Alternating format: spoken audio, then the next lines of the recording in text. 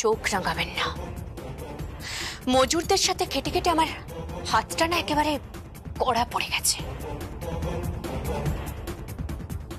উল্টো হাতে একটা ঘুরিয়ে দিলে আপনার কি অবস্থা হবে ভাবতে পারছেন?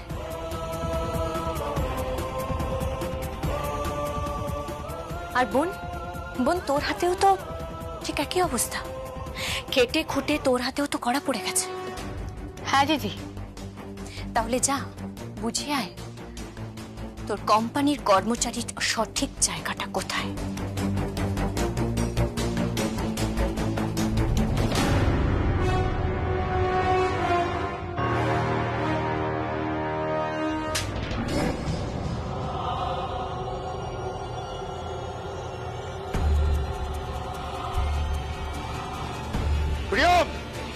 যতই হোক আপনি আমার খুড়শ্বশুর হন, আর এগোবেন না।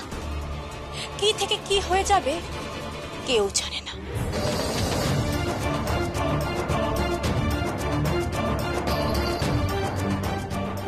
তুমি জানো না কোন ভীমরুলের চাকে তুমি ঘা দিয়েছ? তুমি জানো না কতদিন ও দুজনকে বাঁচাবে তুমি? তোমাকেই আমি শেষ করে দেবো। আমি শুধু একা নই, আমার সাথে আরো একজন আছে। আমার কাছে তো বেআইনি অস্ত্র আছে, কিন্তু তার কাছে আইনি অস্ত্র আছে। কার কথা বলছো তুমি? সংকল্প ব্যানার্জি, প্রিয়মের পর।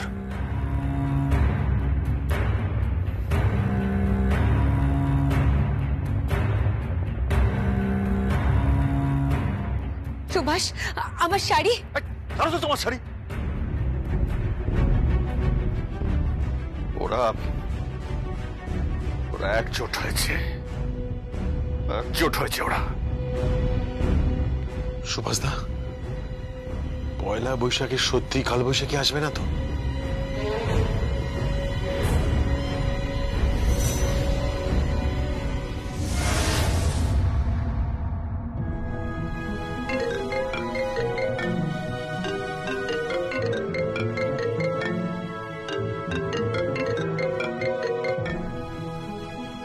হ্যালো, কে বলছেন?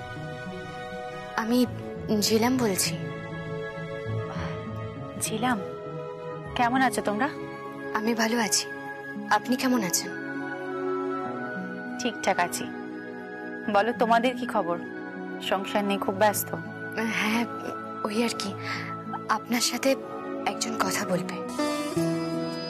কে?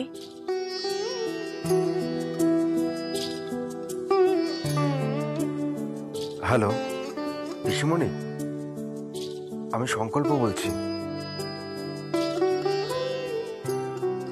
হ্যালো পিসিমণি, প্লিজ চুপ করে থেকো না, আমার সঙ্গে কথা বন্ধ করে থেকো না পিসিমণি।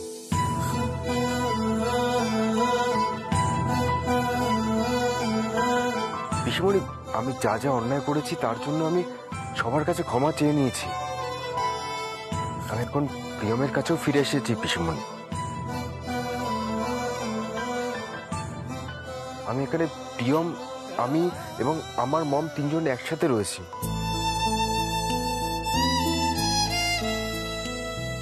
এই যে আমরা যে এখন সবাই একসাথে মিলিত হয়েছে, আমরা যে একসাথে থাকছি, সেই জন্য আমি ঝিলামের কাছেও কৃতজ্ঞ। পিসিমণি, প্রিয়ম তোমার সঙ্গে কথা বলবে।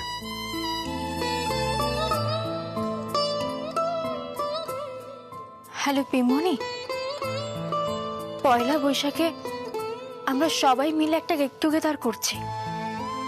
ওই দিন থেকেই আমাদের নতুন ব্যবসা শুরু হবে। কিসের ব্যবসা? সব ব্যবসা তো শুনলাম সুভাষ ব্যানার্জি কুক্ষিগত করেছে। এই জন্যই তো আপনার সাহায্য লাগবে পিমনি। এখন একমাত্র আপনি আমাদের পাশে দাঁড়াতে পারেন। প্লিজ পিমনি, পয়লা বৈশাখে এখানে আসবেন। আমরা জমিয়ে আড্ডা মারবো, মজা করব। পিমনি, জীবনে আমরা অনেক শাড়িতে নকশা তুলেছি, প্রচুর শাড়িতে নকশা তুলেছি। শাড়ির বাজার আমরা এখন দখল করবই, আমরা পারবই। ঠিক আছে প্রিয়, আমি তোমাদের পাশে আছি। দরকার পড়লে ছোটদার এগেনস্টে আমি আইনি ব্যবস্থা নেব। শালঙ্কারা ব্যানার্জি এভাবে তার নিজের বাড়ির বাইরে থাকবে, এটা তো হতে পারে না। তোমরা একদম চিন্তা করো না, আমি তোমাদের পাশে আছি। আমি আমার সমস্ত শেয়ারের পেপারস নিয়ে আমার লয়ারের সাথে বসছি, তোমরা একদম চিন্তা করো না, কেমন?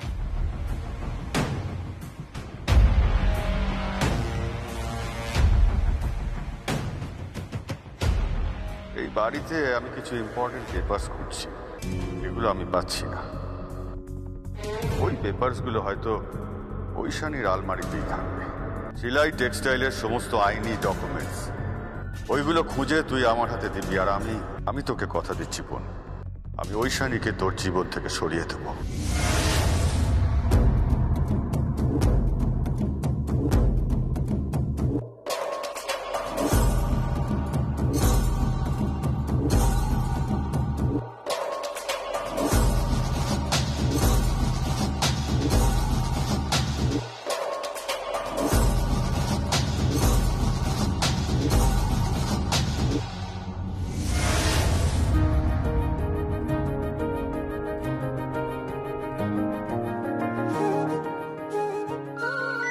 হাত চালিয়ে করো গো, কথাটা দোয়া আছে, সব ডেলিভারিটা দিতে হবে। হ্যালো হ্যালো বিপিন, সুভাষ ব্যানার্জি বলছি। সুভাষ ব্যানার্জি কেমন আছেন? হঠাৎ বিপিনের কথাটা মাথায় এলো? বিপিন, এখনো সময় আছে, আমার হয়ে কাজ করো, আমার হয়ে কাজ করো বিপিন। তুমি যত টাকা চাইবে আমি তত টাকা দেব, বিশ্বাস করো আমায়। তুমি শুধু কামালপুরটা আমাকে দিয়ে দাও, আমাকে ওখানে ঢুকতেই হবে। আমার অনেক অনেক শাড়ির দরকার, প্রত্যেকটা মজুর লালে লাল হয়ে যাবে। বলো বলো তোমার কি লাগবে বিপিন, তুমি বেশি করে বিল বানাও, আমার তাতে কোনো আপত্তি নেই। তুমি 10% চড়িয়ে বিল করো, আমার কোনো আপত্তি নেই। আমি তোমাকে 10% দেবো, 10% রাখো তুমি, আমি তোমাকে কমিশন দেবো। বিপিন তুমি বিল করো, আমি তোমাকে দেবো, আমি তোমাকে দেবো বিপিন। তুমি শুধু দেখো যে কামালপুরটা যেন আমার হাতের বাইরে না যায়। বিপিন, আমার প্রেস্টিজের ব্যাপার, আর তুমিই পারো আমাকে কামালপুরে ঢুকতে দিতে। বিল বানাতে বলছেন? তাহলে তো অনেক বিল হবে।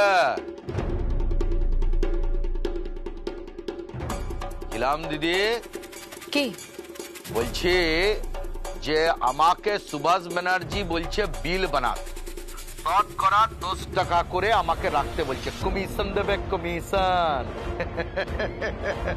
তা আমাদের গ্রামে কত মজুর আছে আর কত মজুরের ঘরট পুড়েছে? এই বিপিন, তুমি ঝিলামকে কেন ডাকছো? মা বিল তো বানাতে হবে না? বিল বানাবো তো। একটা শাড়ির দাম তো আপনার 10 থেকে 15,000 টাকা পুড়ে যাবে। এই বিপিন, তুই কি পাগল হয়ে গেছো? মাথা খারাপ হয়ে গেছে তোমার? এত দাম হয় শাড়ির? এই কত কমিশন খাবে তুমি? আরে কমিশন তো কোথায় খেলাম, একটা শাড়ির দাম 1000 টাকা আছে, তার উপরে বাড়ির দামটা তো যোগ হবে। আপনি যে কামালপুরে আগুনটা লাগিয়েছিলেন বিপিন, আমি সিলাই দিদিমণির নুনটো খেয়েছি, তাই আমি তার গুণটো গাই। আমি ঝিলাম দিদিমণির এখন নুনটো খাচ্ছি, তার গুণটো গাইব। আমি প্রিয়ম দিদিমণির নুনটো খাচ্ছি, তারও গুণটো গাইব। যে তাদের গুণটো গাইবে না তাদেরকে ধরে আমি চির দেবো, আপনাকেও চির দেবো। সংকল্প ব্যানার্জি যে আপনাকে গ্রেপ্তার করতে লড়ছে শালঙ্কারা ব্যানার্জির নির্দেশে, আমি যে আপনাকে চির দিতে লড়ছি সিলাই দিদিমণির নির্দেশে।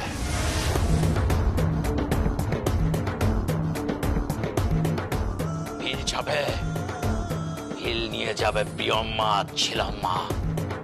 বিলটা দিয়ে দেবেন। 7.5 মজুদদের বাড়ির দামটাও যোগ করে দেবেন। তাহলে কে বলতে পারে যে আপনার শোরুমে আখটো লাগবে না? এই বিপিন, সুভাষ ব্যানার্জি, চোখটো রাঙাবেন না, চোখটো রাঙাবেন না আমায়। শাড়ির দামটো দিয়ে দেবেন। এখনো বাড়ি মেরামতির কাজ বাকি আছে, নইলে আপনার মেরামতিটা আমি করে দিব।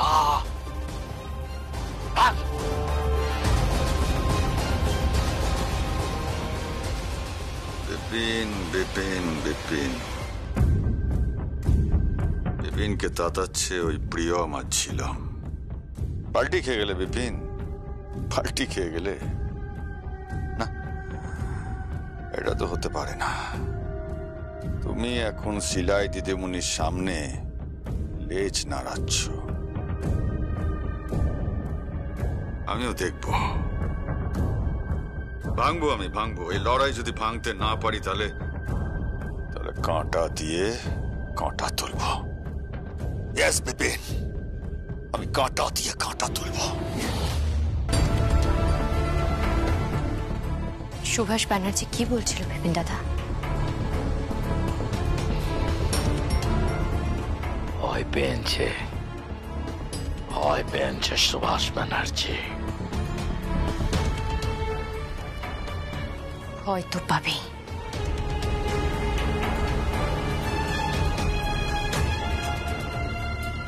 সংকল্প ব্যানার্জি দাদা বাবু, এই ছবলটা না মারুন, ফোঁসটা করবেন। হ্যাঁ, আপনি কত বড় পুলিশ অফিসার, আপনি আপনার মায়ের কথাই চলছেন, আপনার মাকে মান্য করছেন, ভালো কথা, কিন্তু ফোঁসটা মাঝে মাঝে করতে হবে। যাতে সুভাষ ব্যানার্জি ভয় পায়, সুভাষ ব্যানার্জিকে ভয় দেখাতে হবে। যেন বোঝে যে কোনো সময় আপনি ওকে অ্যারেস্ট করে নিতে পারেন, ওকে পুলিশি হেফাজতে নিয়ে নিতে পারেন। কষ্ট করতে হবে। আর দাদা বাবু, আপনাকে কি বলবো, আপনি তো পুরনো খেলোয়াড় আছেন, তো একটা নতুন কিছু খেলা খেলুন। ঝিলাম দিদিমণিকে নিয়ে সুভাষ ব্যানার্জির কাছে গিয়ে একটা নতুন কিছু খেলা, ধামাকা হবে। পয়লা বৈশাখে ধামাকা হবে, সিলাই টেক্সটাইলের ধামাকা হবে। টগর, দোয়েল, আসি। আরে আমার দেরি হয়ে যাচ্ছে, তাড়াতাড়ি খেতে দাও। আরে আমার ব্রেকফাস্টটা দাও। কে দেবে তোমাকে ব্রেকফাস্ট? টগরকে বল। টগর ড্যাডাকে খাবার দিতে গেছে। ঠিক আছে, তোর মাকে বল। আমার মা তোমার বাড়ির ঝি নয়।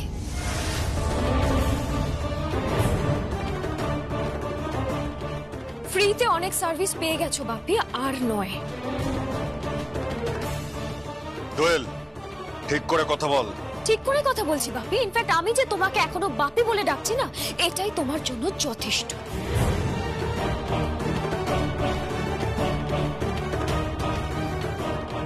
ওখানে কিচেনে যাও, পারলে নিজের খাবার বানিয়ে খেয়ে নাও।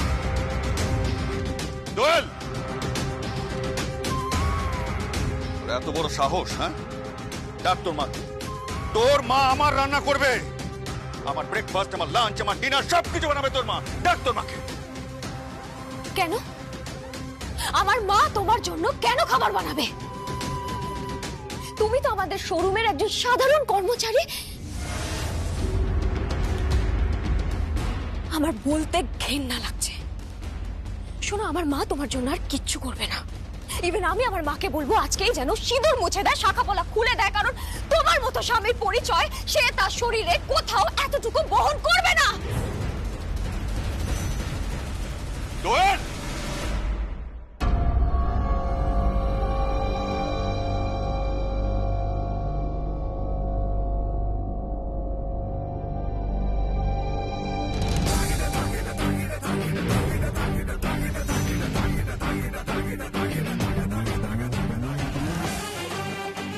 ছিলাম।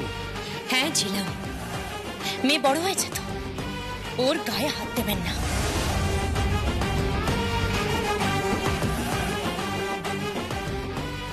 আর ও ভুল তো কিছুই বলেনি।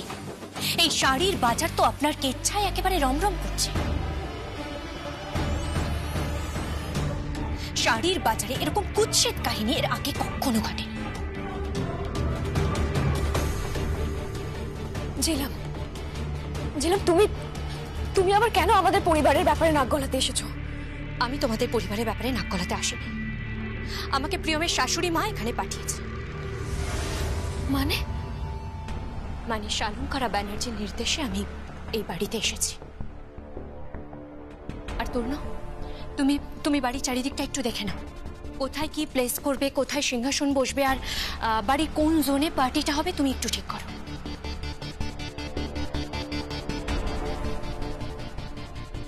এক মিনিট। কিসের পার্টি হবে? বিয়ের পার্টি হবে, বরণের পার্টি হবে। আমি তোমাদের কথা কিচ্ছু বুঝতে পারছি না। কেন? না বোঝার তো কিচ্ছু নেই। শালঙ্কারা ব্যানার্জি ওনার পুত্রবধূ প্রিয়ম ব্যানার্জিকে এই বাড়ির দরজার সামনে দাঁড়িয়ে বিয়ের পর প্রথম বরণ করেন। তাকে রিফিউজ করেছিলেন, তাকে অপমান করেছিলেন বলে ওনার মনে যে গ্লানি, যে অপরাধ বোধ জন্মেছে, তার জন্য উনি প্রায়শ্চিত্ত করতে চান। তাই শালঙ্কারা ব্যানার্জি এই বাড়ির দরজার সামনে দাঁড়িয়ে ওনার পুত্রবধূকে আবার বরণ করবেন, আমার বোনকে আবার বরণ করবেন। আর তাই আমি প্রিয়মের জামাইবাবু আর ছিলাম ওর দিদি এখানে অর্গানাইজ করতে এসেছি। বেরিয়ে যাবেন। বেরিয়ে যাওয়ার জন্য তো এখানে আসিনি। আমরা পাত্রীপক্ষ, সম্মান দিয়ে কথা বলুন। আচ্ছা মামুনি ফিরবেন? হ্যাঁ মানে উনি আসবেন এই বাড়িতে? মামুনির এই বাড়িতে আসাটা খুব দরকার, ভীষণ দরকার। কিছু মানুষকে শাসন করার দরকার। ওই লোকটাকে শাসন করার দরকার আছে।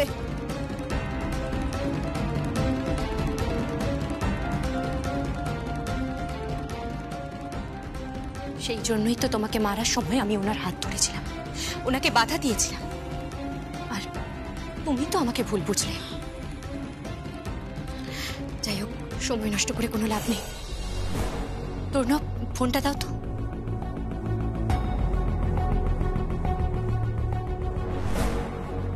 এই, কাকে ফোন করছো তুমি? হ্যাঁ, হ্যালো। হ্যাঁ বোন, তোর শাশুড়ি মাকে ফোনটা দে তো। কেন দিদি, কি হয়েছে? ওনাকে জানাবো তো এই বাড়িটা কেমন করে সাজানো হচ্ছে, ওনাকে সব বলবো তো। হ্যাঁ হ্যাঁ, বুঝতে পেরেছি। মা, দিদি আপনাকে ফোন করেছে। ওই বাড়িতে গেছে দিদি। ছিলাম ওই বাড়িতে গেছে? ওখানে তো সুভাষ আছে, যদি ওর কোনো ক্ষতি করে দেয়? না মা, উনি দিদির কোনো ক্ষতি করতে পারবেন না। সুভাষ ব্যানার্জি দিদির সব রূপ দেখে নিয়েছে। মা দুর্গা, জগদ্ধাত্রী সব রূপে দেখে নিয়েছে। এবার দেখবে কালী রূপে। খাড়া নিয়ে যা মারবে না। এই নিন, দিদির সাথে কথা বলুন। হ্যালো ঝিলাম। আন্টি, আন্টি আমার বরের সাথে একটু কথা বলুন। দাও।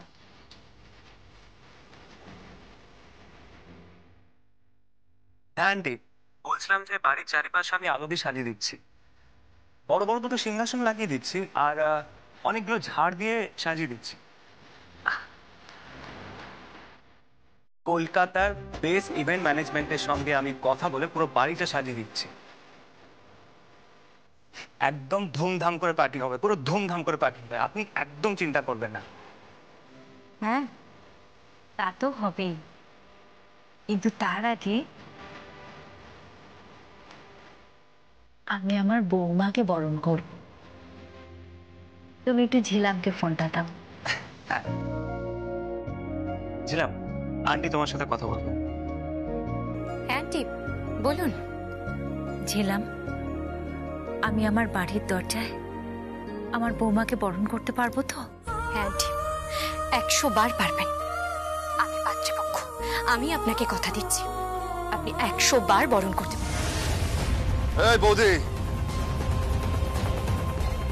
এই বাড়িতে কোনো বরণ টরণ হবে না। আর তোমরা এই বাড়িতে কেউ আসবে না, বুঝতে পেরেছো?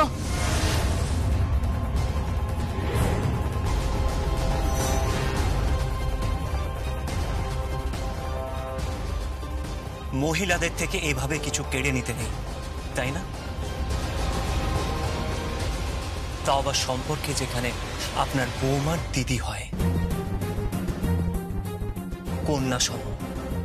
So behave yourself. চূর্ণ, তুমি আমাকে চেনো না। এই বাড়িতে তুমি ঢুকলে তোমার লাশ পড়ে যাবে, কারণ এই বাড়ি আমার, এই সম্পত্তি আমার, সমস্ত শোরুম আমার, সমস্ত বিজনেস আমার।